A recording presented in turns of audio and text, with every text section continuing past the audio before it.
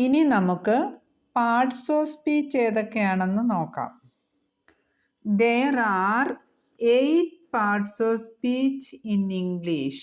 They are ഇംഗ്ലീഷിൽ 8 parts of speech ഉണ്ട്. അവ noun, example Ramu, Mumbai, pen, etcetera.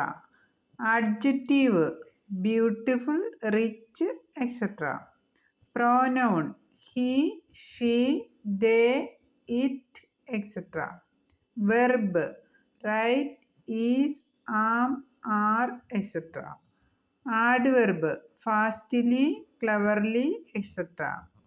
preposition of, in, on, from, etc.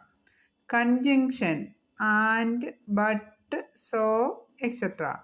interjection hurrah, alas, etc. Please like, comment, share and subscribe my video. Thank you.